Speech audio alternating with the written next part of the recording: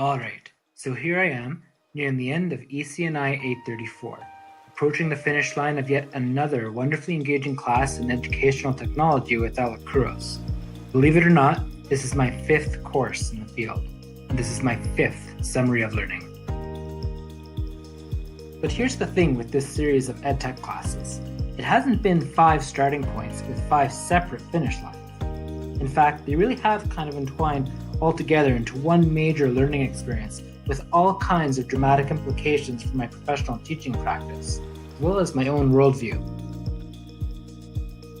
As always, it's pretty interesting to reflect back on how far I've come since my beginnings in EdTech over a year and a half ago. My complete and total role reversal at my school, from being a social media holdout to being one of our instigators and leaders, still surprises me when I stop and think about it. I remember well the feeling of my own perceived capabilities with technology starting to diverge from what my students consider to be technologically proficient. The more I watched what they were doing with their devices, the more I knew that we were valuing different things. Something was definitely missing for me. My students were spending what seemed to me as a ridiculous amount of time completely entwined and immersed with living their entire lives online. Meanwhile, I struggled with the very idea of even having a digital footprint to my name. A concept that continues to resonate with me is David White's continuum, with digital residents on one end and digital visitors on the other. I find this easy to relate my own steady and measured growth as I become more comfortable with having a digital identity. For me, David White's continuum clearly articulates my important responsibility as being a mentor for my students in how to live in an online world.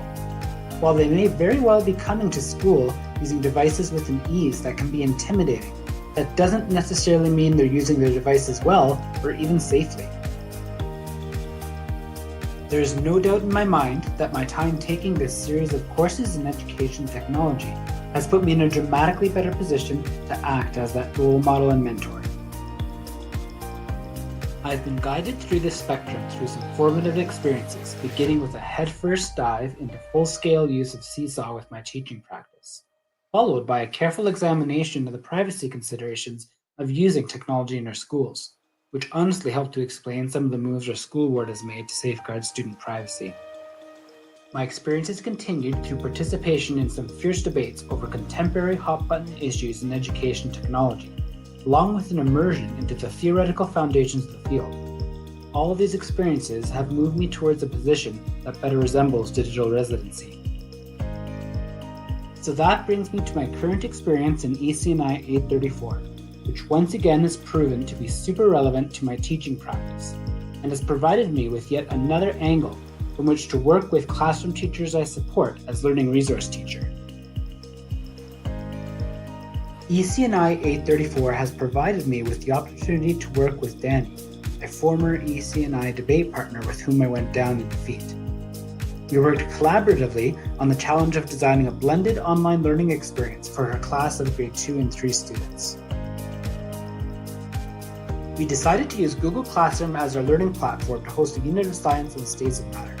We thought that we would need some very explicit teaching on the platform with our young audience, including me going to Lakeview for a visit to kick things off.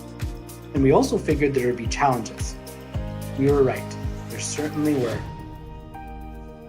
For one, when being introduced to Google Slides, the realization that they were all working on the same document live dawned on our class.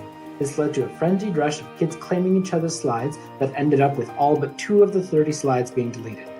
Whoops. It hadn't actually occurred to either of us to teach or talk about this concept of live document editing.